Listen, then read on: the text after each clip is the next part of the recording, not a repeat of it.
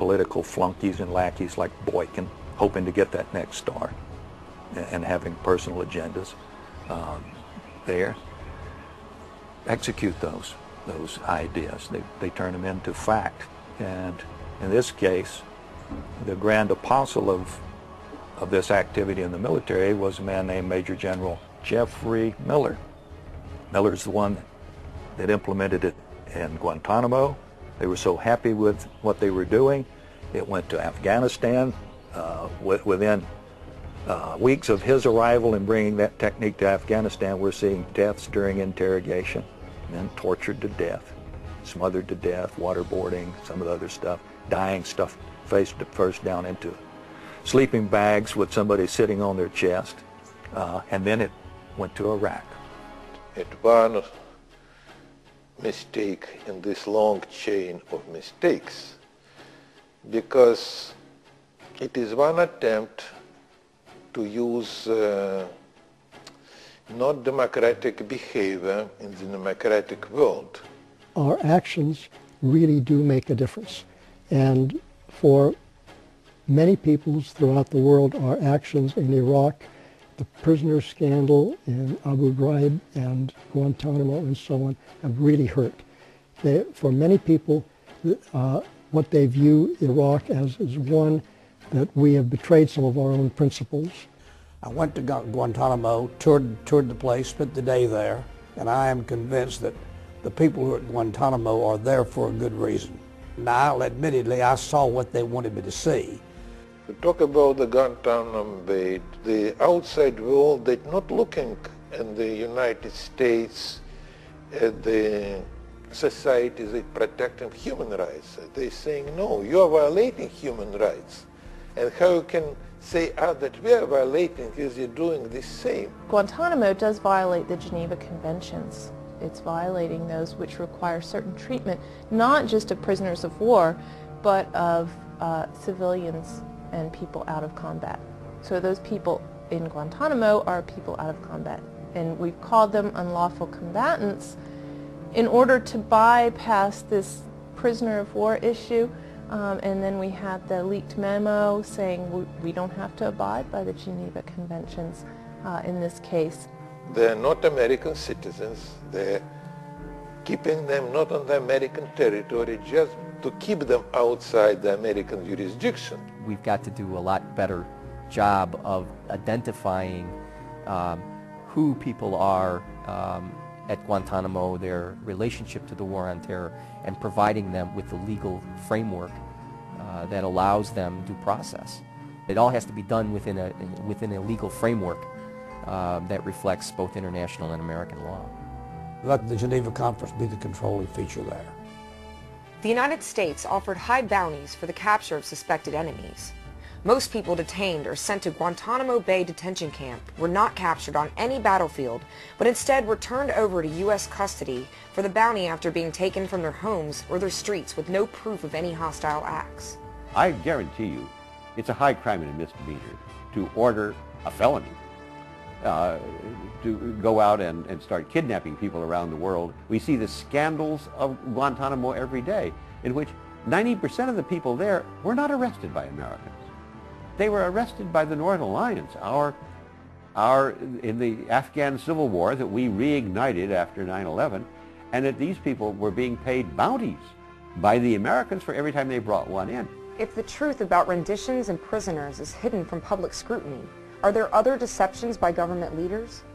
It's very difficult not to be gullible because we want to believe that our government is knowledgeable. We want to believe that our government is not going to lie to us. Since the Korean conflict, the United States has become involved in large and small-scale wars, insurgency campaigns, election manipulation, regime changes, assassinations, and covert operations continually in all regions of the globe to the present day.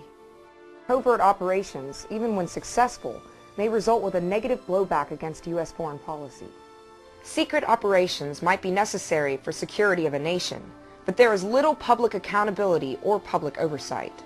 Any secret organization is corrupt. It doesn't necessarily start out that way, but it becomes corrupt. because it can hide personal failings, it can hide wrongdoing, it can hide venality, greed, lust for power, and who the hell's riding herd over it? It's simply beyond oversight. No citizen can hope to do effective oversight on the Department of Defense or the 16 intelligence agencies, since so much of what they do is secret. 40% of the defense budget is black. That is, it allegedly concerns highly classified projects. I say allegedly because we don't know, and usually they turn out to be boondoggles of the sort that sends congressmen to prison, usually for bribery or things of this sort. Secret military organizations, I feel, are a threat to our republic. Delta forces and some others, they answer to no one. They don't answer to Congress. Covert operations conducted by governments, corporations, or other organizations, which are designed to appear as if they're being carried out by other entities as pretext for war, are called false flags. A false flag operation is pretty self-descriptive, but it means an attack that is under, it's a form of deception. It's blamed on the Arab extremists, but somebody else actually committed the operation. It has long been suspected that the Nazis started the Reichstag fire to justify Hitler's crackdown on civil liberties, a false flag. Some say 9/11 is the modern version to take away American civil liberties. Among the many risks in terms of false flag events, they could stage an attack that they blame on the Iranians in the Gulf. They could be no attack at all. It could be like the Gulf of Tonkin, just a complete fiction. And then start a war with Iran, and or do a domestic event and blame the Iranians on that for that. It was a total lie that U.S. ships had been attacked in the Gulf of Tonkin, and that was used by Johnson as a pretext to expand the war. We hear what we're told and by this administration, and what that is everything that will demonize the Iranians. Take little bits of truth and demonize your enemy, such that at the slightest provocation or at the slightest incident, we will be, as a country, Americans, will be able to say, yeah, let's bomb them. When a superpower uses force to gain economic and political control of production and finance capital in less developed regions, it is termed imperialism. Traditionally, imperialism is thought of in economic terms, and we continue to exercise a great deal of economic imperialism. One has to recognize that it is the dominant group that sets the rules. And to the extent that the Bretton Woods Accord, the Bretton Woods system, was created when most of these countries were not even countries, nation states. They were still colonies. And this dominant group, the United States, Britain, etc., sets the rules in terms of International Monetary Fund or the International Bank for Reconstruction and Development, which we call World Bank. And those rules were set without consultation or without even caring what the colonies felt. With the emergence of the colonies into nation states in the 60s, it became difficult for International Monetary Fund to still use the rules that were applicable in the 40s to them. The World Bank and the IMF were part of the Bretton Woods Agreement. You can say they're sister agencies to the United Nations. The World Bank is an international organization, therefore not subject to any form of congressional scrutiny. The United States is the major shareholder of the World Bank. And as a practice, the United States always appoints the president of the World Bank.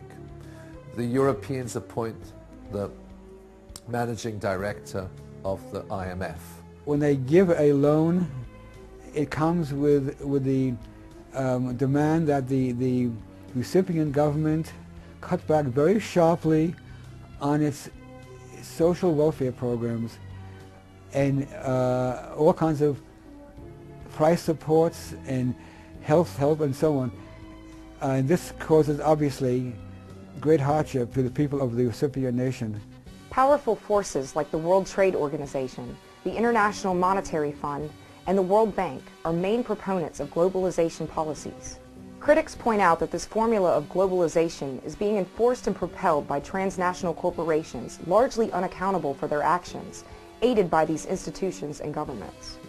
The third world country is heavily indebted.